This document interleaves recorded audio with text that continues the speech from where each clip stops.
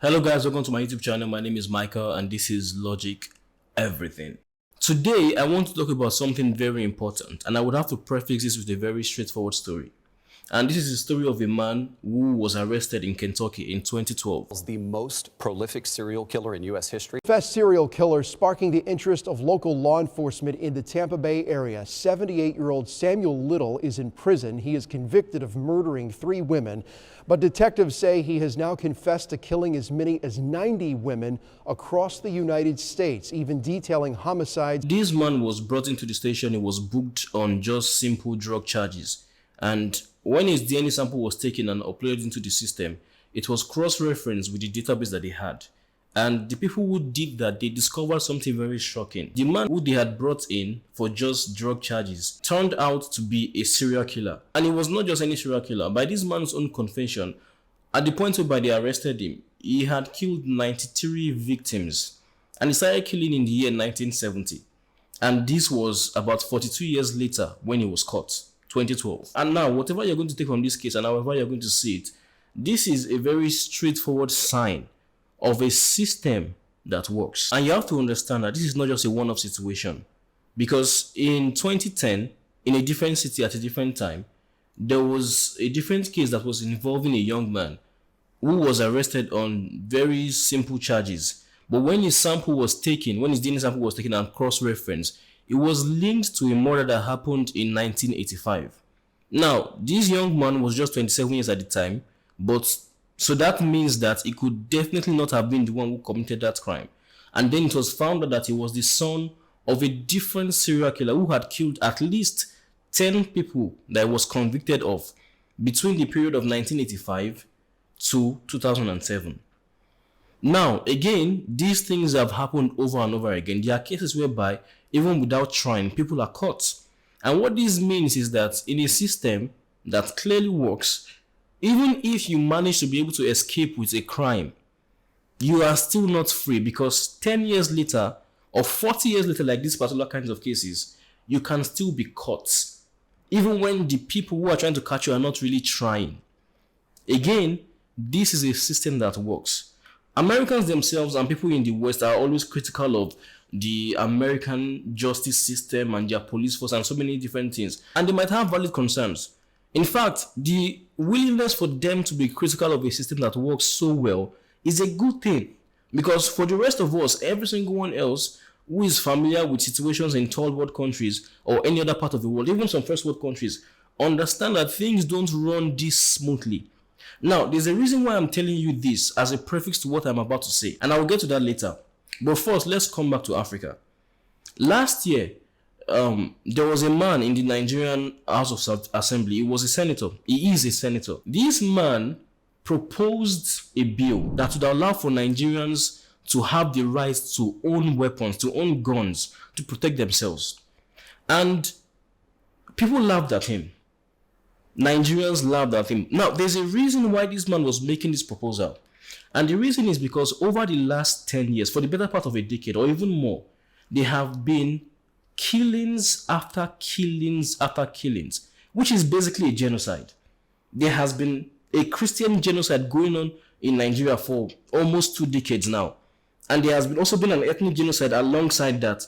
And sometimes both the Christian genocide and the ethnic genocides, they come together. And this has been happening mostly across the middle belt of Nigeria and also in some other parts of the northern part of Nigeria. But they have also happened in the south. It's not common, but they have happened there.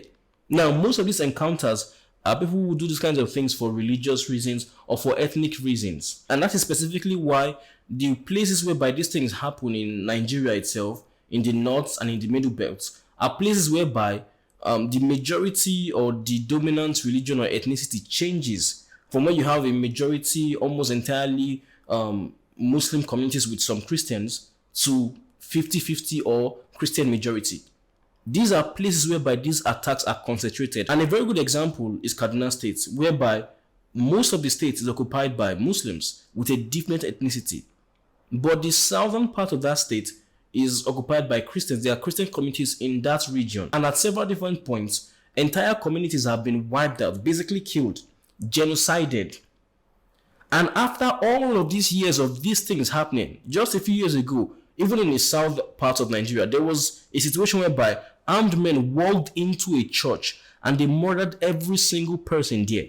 They killed the pastors, they killed the pastors' wives, they killed the choir, they killed the deacons, they killed the children. They murdered all of them and left their bodies right there in the church. Now, these things have been happening for almost 2 decades. And for some reason, the Nigerian government does not know how to solve the problem. They cannot solve the problem.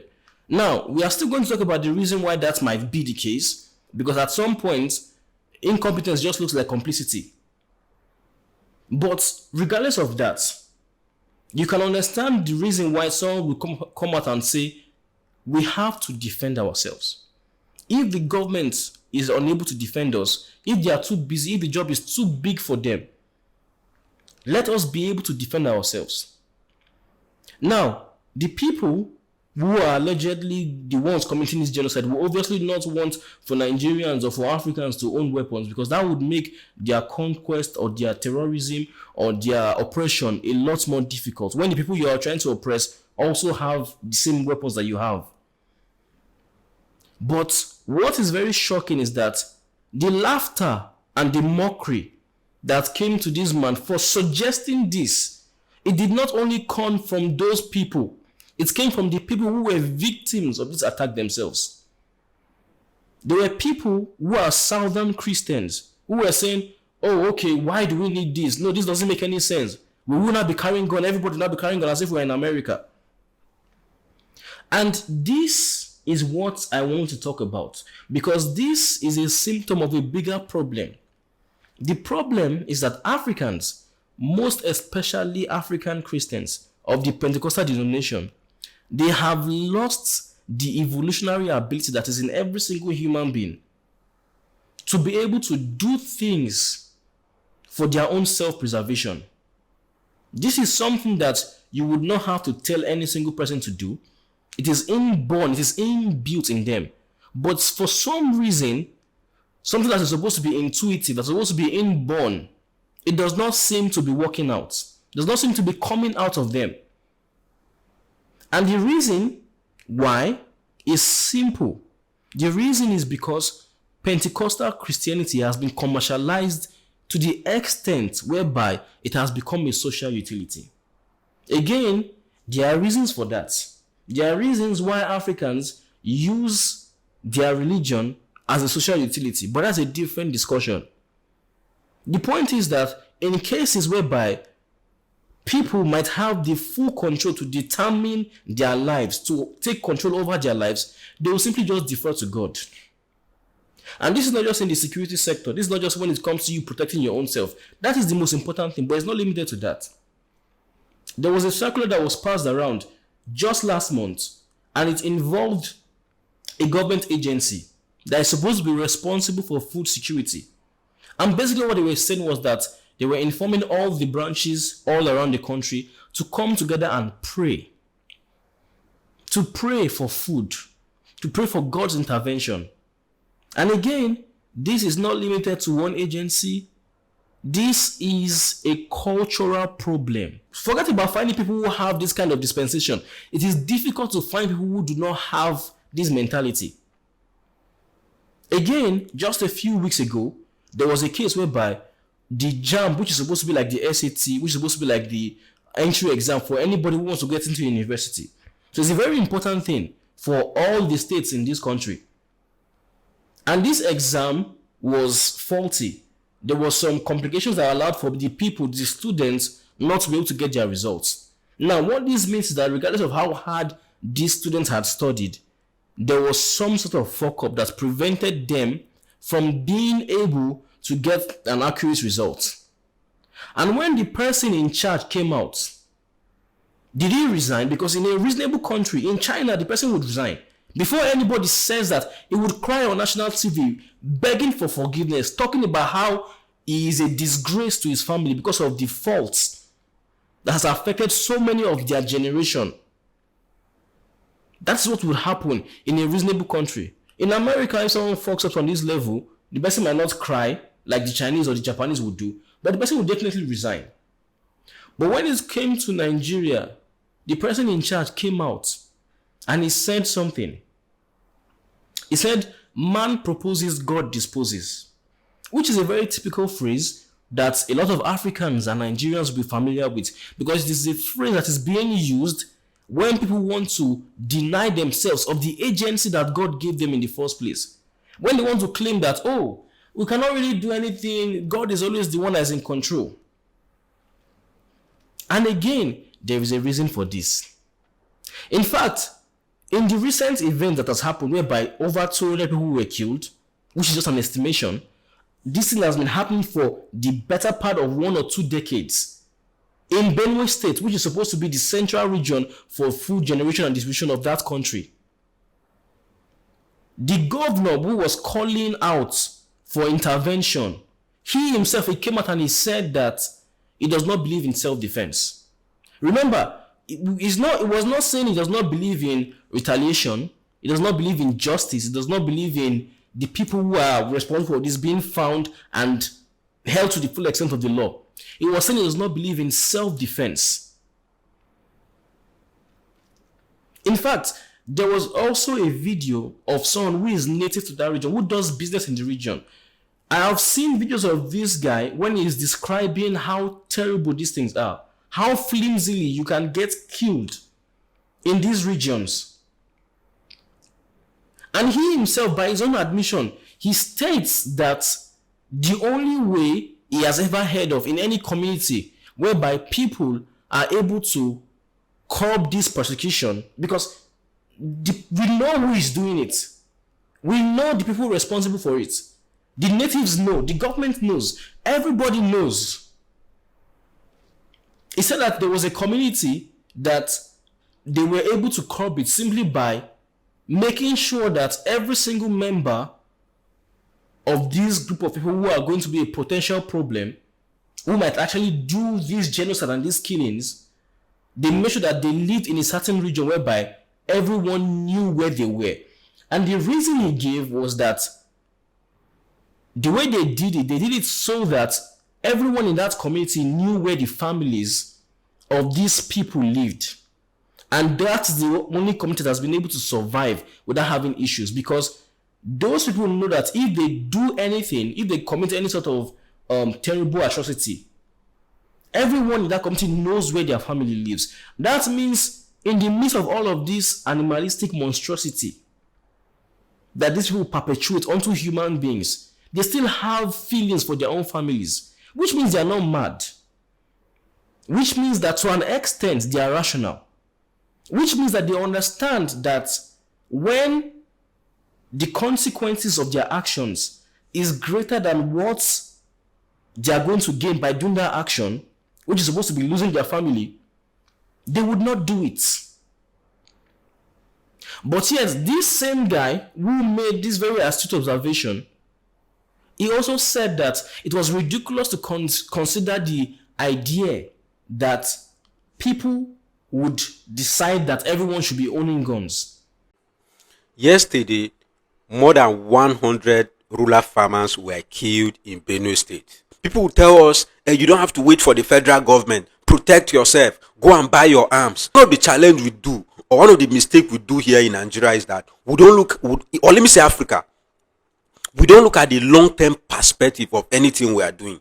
You're advising me to get a gun now that we're having crisis, and your expectation is that I should use it to protect myself, so that those people will not come in and destroy my community, take the land, right?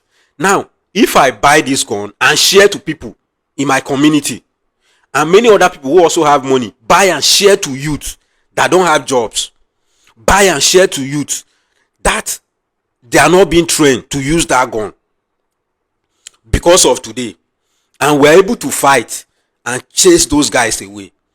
After the fight is done, what happens to those guns?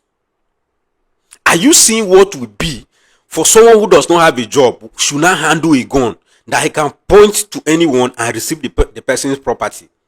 Are you looking at the long-term perspective of you advising people to protect themselves? We have a governor, we have a president, and what is the responsibility of a government?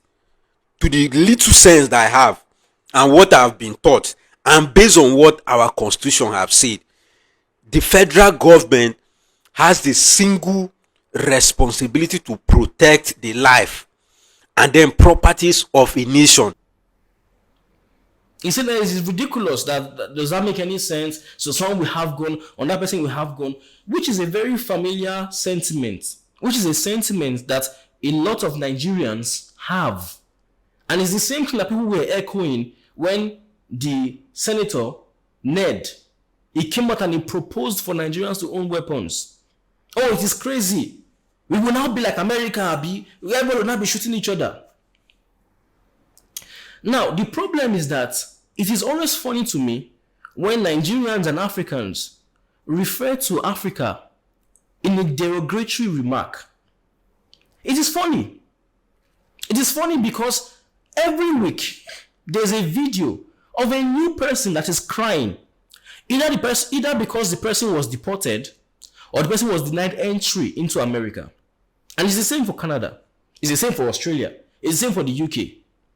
Somehow, Nigerians think it makes sense for them to be in a situation whereby they are laughing at the state of a country that they are trying to rush into.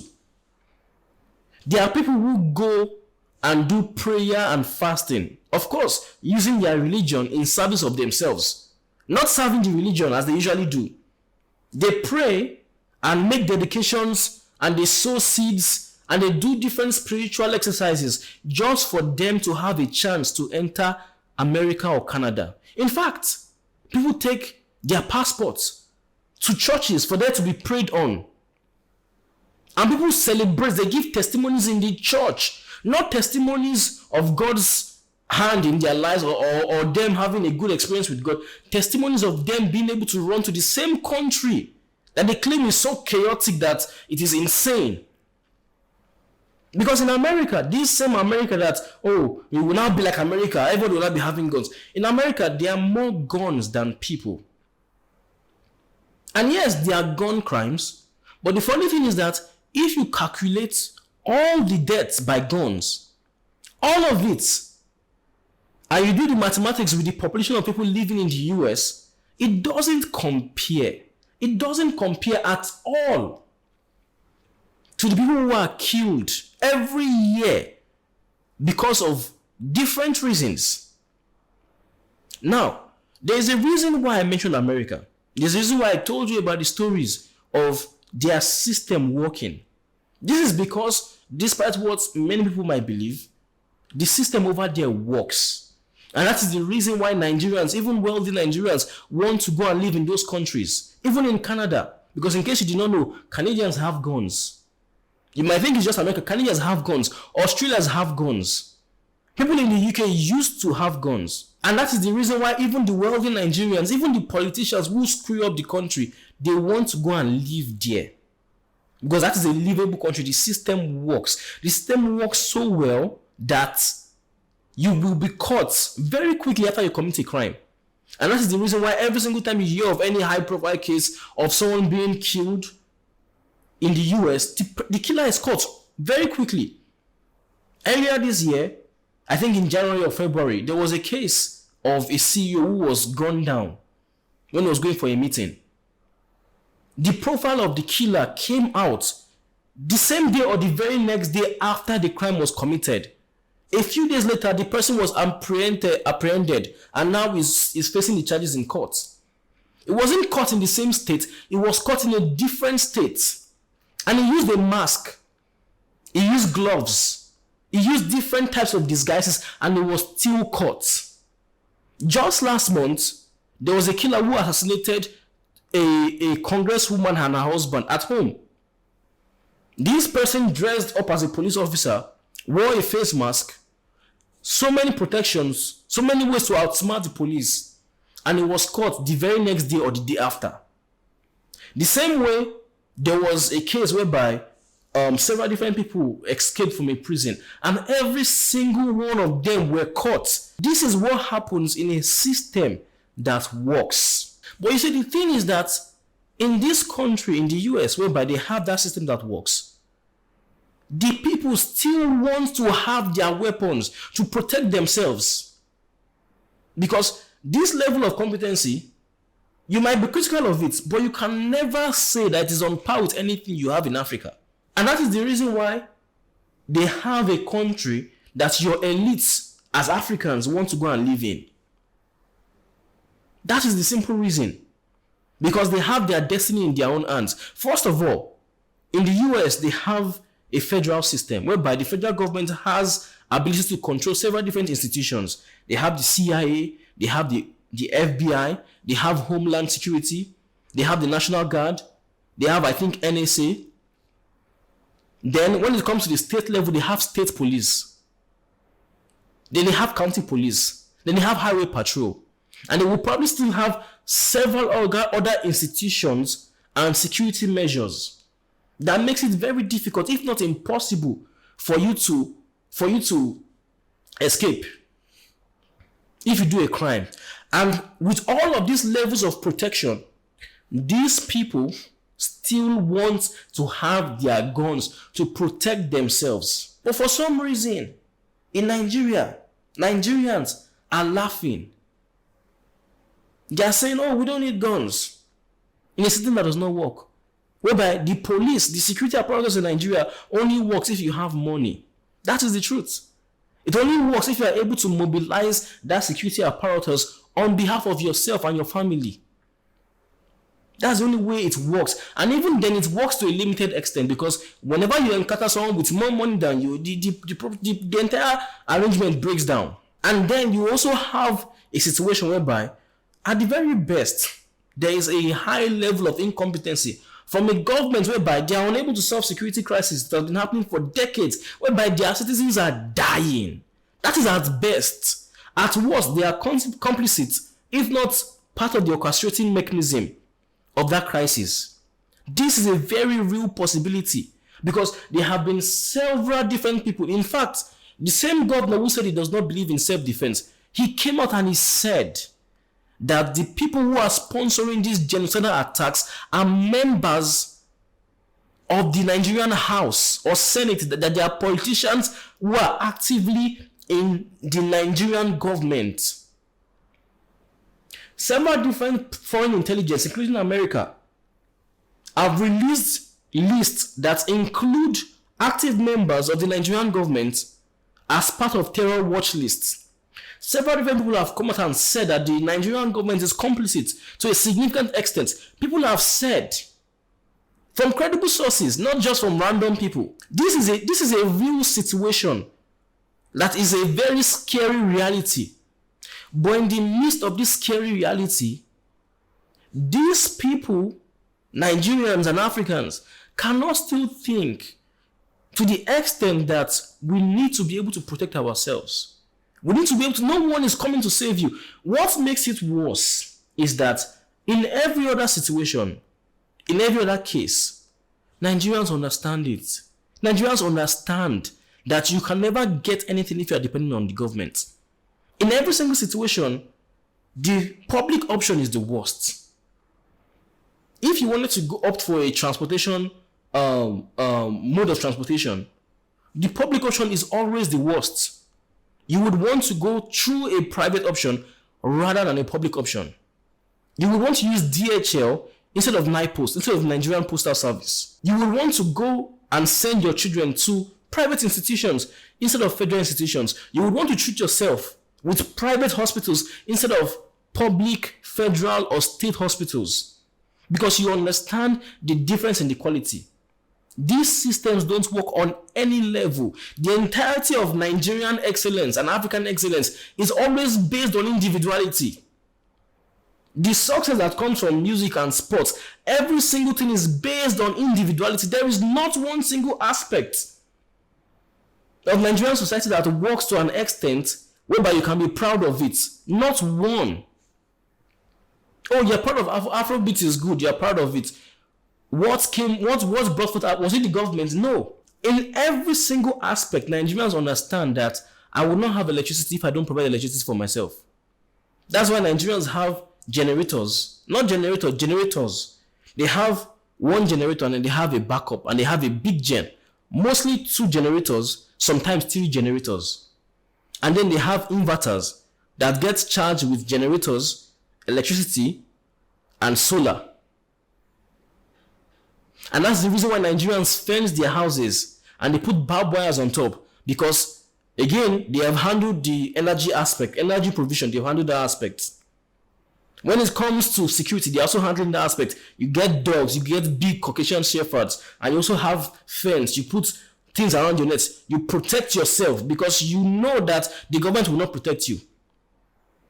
And that's also the reason why Nigerians make provisions to develop the roads within their estate, because they know that the government would not do it. And that's the reason why Nigerians make provisions for them to be treated in private institutions, because they know the government would not do it. Every single aspect in Nigerian society, Nigerians understand that if you do not do something by yourself, you will suffer. But for some reason, when it comes to security of life, the most important asset that anybody has, no, we don't want to have guns. We don't really need it. And this is laughable because, again, like we've said, the best case scenario is that your government is incompetent. We know your leaders don't care about you, but your government is incompetent. And the worst case scenario is that your government is trying to kill you. Yet you are nonchalant. And the reason is because of how Nigerians, especially Pentecostal Christians, how they use religion. It is a self-serving venture for themselves. It's not a subservient activity. It's a self-serving venture. So the kinds of things that they would have done naturally by themselves, they outsource it to God. God has now become their servant. God gave you the ability to fight, to defend yourself. But you are in danger, you are calling on God's name. God gave you the ability, He gave you the brain to think about how to develop your society. But your society is destroyed. Now you are begging God to take you to a different country, to a different land where He did not put you in. Was God stupid when He said you are a Nigerian, you are an African? Was He stupid? And this is the questions that Africans don't like asking themselves. This is what they don't like asking themselves. This is the truth that they do not want to face. Again, there are several different reasons why this is the case, but it is the case that religion in Africa has become a social utility. The way you interact with religion in your Pentecostal churches is very different with how any other person anywhere else in the world, apart from maybe some third world countries in Asia and some exceptions, is very different with how anyone else practices religions. If you do not believe me, ask any one of your friends, ask any single person who has traveled to the US, who has traveled to Canada. Ask them if they are still praying against village people. Ask them if they are still praying the way they were praying in Nigeria, the things they were praying for in Nigeria. Ask them the different types of doctrine. Ask them how their denominations over there in the US, how those denominations interpret the same Bible verses that your African pastors use to brainwash you. The funny thing is that even when it comes to the people using this religion for social utility for themselves as a self-serving venture, it's not even limited to people who are supposed to be moral. Even the evil and the terrible people will do the exact same thing. Even the politicians, the people who are responsible for destroying their own society, they go to those same churches as everyone else, as the rest of you. In fact, when they go to those churches, they are given front row seats.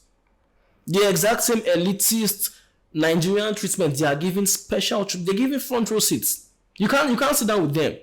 The governors and the politicians and the political class, they are given front row seats. And what makes it worse is that they not only just go to church for performative behaviors, they are so lost that they go there to pray to God for success in the immoral thing that they are doing. These people might know deep down that they have no good plans for the country. They have no intention of doing anything good. They have only wickedness in their hearts. They know that, and yes, they pray to God for them to succeed. They make supplications for them to succeed. They sow seeds, pay special offerings, do special things for them to succeed. and your pastors collect it. And it's not just limited to the political class. The average person who is involved in some sort of shady business practice, a fraudster, a dishonest businessman, a Yahoo boy, a corrupt lecturer, a corrupt policeman, they go to the exact same churches and they pray for success in their venture. The funny thing is that if you are smart enough, you can just simply sit down and think of ways to make that your wicked practice more successful. And you'll be able to do that. But again, that is not in the vocabulary, because the ability to innovate, the ability to actually take agency of your life and put into action the things that will make your society great, those things is no longer in the vocabulary. It's like a child that never learned how to walk because his parents never put him on the ground.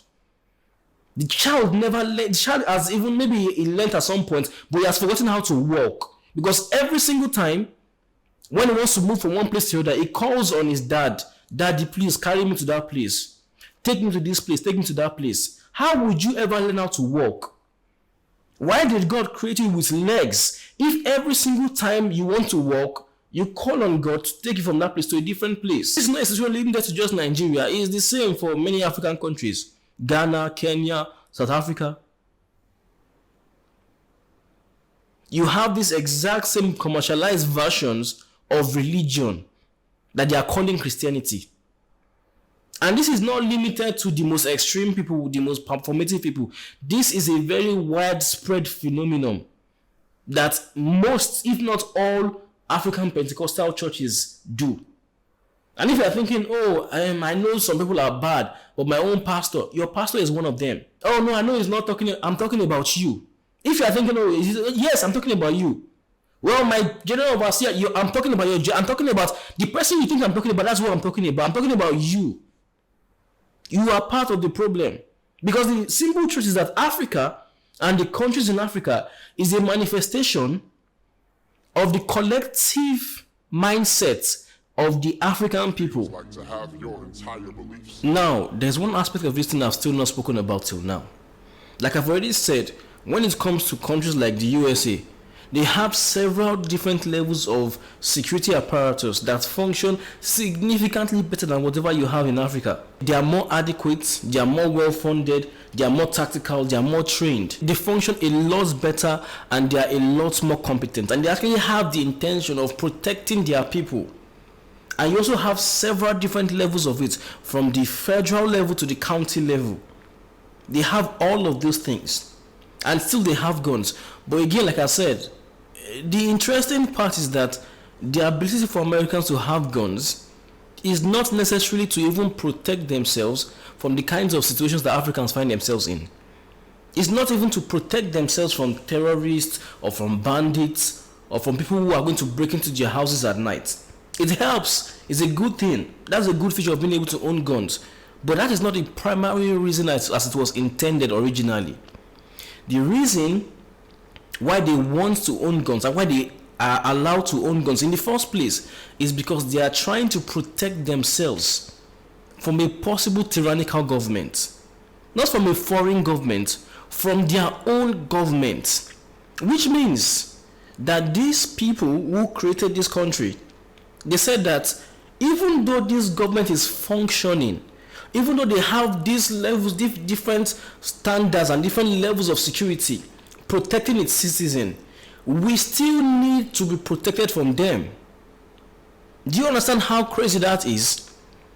Even though this government is protecting its people, there was a case whereby the US, I think it was the US Marines, they led an operation in Nigeria to rescue someone who was kidnapped, and they did it within 1 day. But yet you have the government that is on this exact same continent, whereby it's already accepted that kidnapping is a part of the risk when you travel. There are several different communities that have been entirely abandoned because of this ethnic cleansing that is happening in the country, and the government is in the exact same country. Another country from a different continent can be more effective in protecting its own citizen on your own land. Yet the people of that country decide that we are still going to hold on to our weapons. Not for a foreign government, but for the exact same government that is treating them so well. That is the crazy thing. Whilst you have Nigerians whereby at the very best your government doesn't care about you and they are incompetent. But in the most likely case scenario, the government is actually orchestrating or complicit in these attacks. But even if they weren't, a reasonable group of people would still actually have measures in place against this system, against this government. But again, Africans can't even think like that. They can't even bring themselves to even consider this possibility. And it's not as if owning guns is the only solution to this problem. For example, even right now in Nigeria, there is no state police. The governors themselves cannot mobilize the security apparatus to protect their own citizens. They have to depend on the infrastructure that is linked with the federal government. The governors can appoint commissioners of police, but they cannot deploy these commissioners of police. The person does not take, the hierarchy does not end at the governor's chair. It does not even go through the governor's chair. It goes directly to the presidency. This means if for some reason there is a stand down order and the people in that state who elect the governor, they are crying out for help, there's nothing the governor can do, and for some reason Nigerians just think they will be fine. This is how crazy it is. And I'm trying to stress this point that it's not even necessarily like a Christian issue, because the same people in the US who decide to own guns and protect themselves, they are also Christian. They fought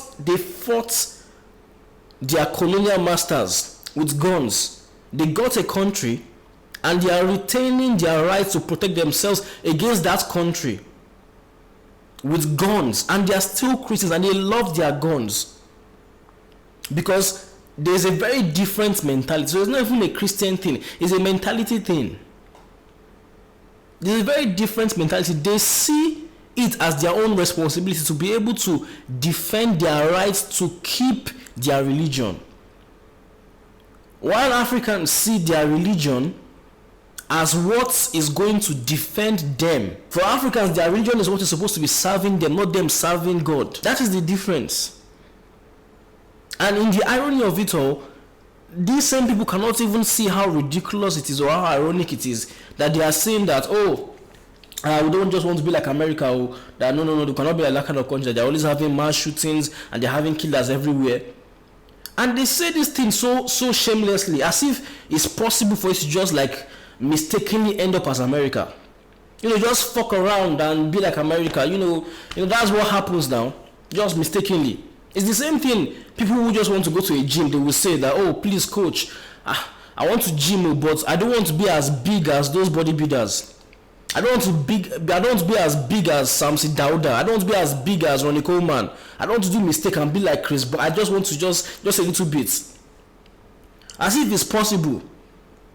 As if it's possible that you just mistakenly end up in the gym and just mistakenly lift one weight and you just miraculously end up as a world-class bodybuilder. People who train their entire lives for that. People who have dietitians, who have scientists checking all their blood work out. People who they get paid hundreds of thousands of dollars for looking the way they do. So you will not do mistake and end up looking, and it's the exact same mentality. Because these exact same countries that we don't just want, we will not be like America. No, you cannot just do mistake and be like America. It's not possible. You cannot end up there. The same way the bodybuilders have done, that's the exact same way the Americans, they've done investments. 100 years ago, these people were cutting a trench across a continent. They were building artificial lakes across continents that can transport ships with technology of 100 years ago. There is no African country that can brag of being able to take on that kind of project in modern times. Not even because the intellectual will is not there or because the resources are not there, but simply because the leaders don't have that vision. They don't care. And the people themselves, they also don't care. They don't even think in that way. They don't even think in they don't even think about any of those things. And that's why you cannot just mistakenly end up like those countries. Those are the countries, they have investments from the past. It's not just now, it's investments from the past. Otamendi, Kevin De Bruyne, Aguero. Investments from the past. They've been working for hundreds of years to get to that level. It will be a privilege to even come anywhere close. And again, like I said, the irony is that you are trying to go to these countries, and it's not just America, it's also Australia, it's also Canada. They have guns, they can protect themselves, and their government works. But when someone is suggesting that for Africans, it doesn't even occur to you that it is your responsibility to protect yourself. How God will protect you is not that He has given you the brain to think. He has given the hands to hold weapons and protect your family and protect yourselves. If God did not come down from heaven to defend the Americans when they were fighting the British, why would He come down to defend you? If God did not come down from heaven to defend Israel when they were being invaded, why would He come down to protect you? These people, these countries in the Bible, they've had to go to war to fight by themselves with missiles to protect their integrity. They've had to do that. Why do you think you are special? Why do Africans think they are special? And it's not even necessarily the case that they have any reasonable reason to believe these kinds of things. As best, you will say that God loves everybody equally, not that God loves Africans specially. There's no reason to believe that. It is just a way for them to keep on putting all the responsibility. It's easier to pray that God should take on those responsibilities than for you to do those things by yourself. And that's the sad reality. That's the sad reality of the situation. And it's not even enough that you would want to do something about it. The mentality has to change. The mentality has to change completely. And for the mentality to change, you will need to directly critique the Pentecostal commercial establishment in Africa that has broken the minds of Africans. That's what you will need to do. There's no other way. There's no other possible way things can work. No other possible way. Things can get better. Things can get improved. Because it has been demonstrated by the account of the guy that said that once the people committing the attacks, once they knew that everyone in the community knew where their family lives, that they stopped it. Which means that those people, as crazy, as backward as they can be, or they can seem to be, they understand cause and effect. They understand this very well. They are not mad people. They are not mad.